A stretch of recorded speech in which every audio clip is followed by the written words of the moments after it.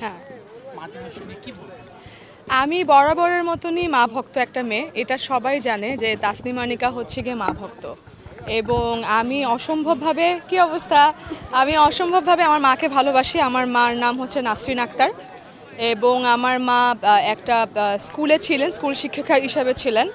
So আমি অনেক proud করি যে আমি এরকম শিক্ষিত একটা মায়ের গর্ভে ধারণ করেছি এবং হচ্ছে গিয়ে আমার মা আমাকে সে বড় করেছে। আমি আমার লাইফে আমার সমস্ত ক্রেডিট আমার মাকে দিতে চাই, কারণ হচ্ছে গিয়ে আমার মার জন্যই আমি আজকে এই জায়গায় এসেছি। এবং আমি শিওর যে প্রত্যেকটা আর্টিস্টেরই হচ্ছে গিয়ে মার অবদানটা প্রত্যেকটা আর্টিস্টের উপরেই আছে, কারণ হচ্ছে বাবার সাথে আমাদের একটু ইউজুয়ালি, হ্যাঁ এটা সত্যি, মেয়েদের সাথে কিন্তু বাবার কানেকশনটা একটু বেশি থাকে, ছেলেদের সাথে মার কানেকশন বেশি থাকে, কিন্তু আমার বাবার থেকে বরং আমার মার সাথে আমার বেশি বন্ধুত্বটা।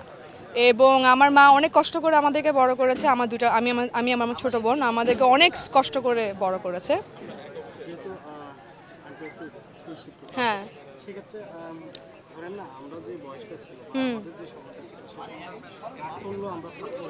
হ্যাঁ, হ্যাঁ, না বাবা, আমি অনেক অনেক মার খেয়েছি। কীভাবে বলি, তখন ওই যে নারকেল গাছের শলা ছিল, নারকেল গাছটাকে শুকানোর পর এরকম শলা করা হতো, তো তখন ব্যাতের চেয়ে বেশি ওই শলা দিয়ে, নারকেল গাছের শলা দিয়ে এক এক পিঠের মধ্যে দিত, পুরো একদম দাগ হয়ে যেত।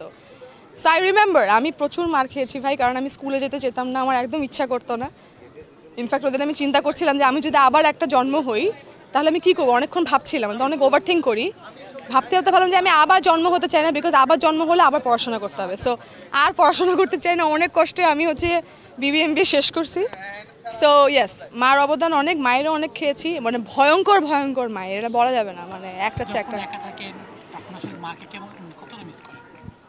অনেক। আমি তো যখন ঢাকায় এসেছিলাম, আমি তো চিটাগং থেকে এসেছি, আমার কাজ শুরু করেছিলাম, তখন তো একা একাই থাকতাম। এখন আলহামদুলিল্লাহ আমি আমার ফ্যামিলি নিয়ে থাকি, আমার মা আমার সাথেই থাকে।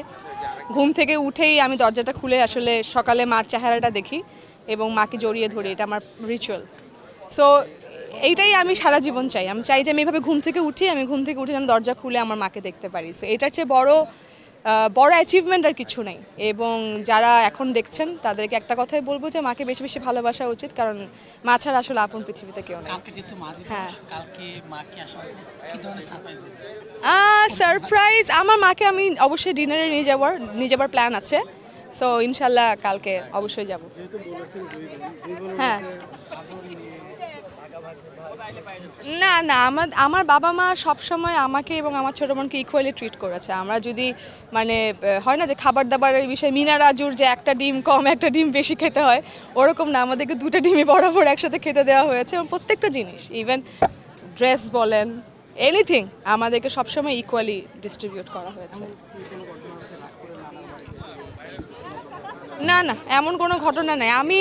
আমি প্রচণ্ড হোমসিক একটা পার্সন, আমি রাগ করে কোথাও যাই না, আমি ঘুরে ফিরে বাসায় চলে আসি। সো আমার যাওয়ার কোনো জায়গা নেই। আমি অনেক গ্রেটফুল আমার অলমাইটির কাছে যে আমার বাবা মা এখনও সুস্থ আছে।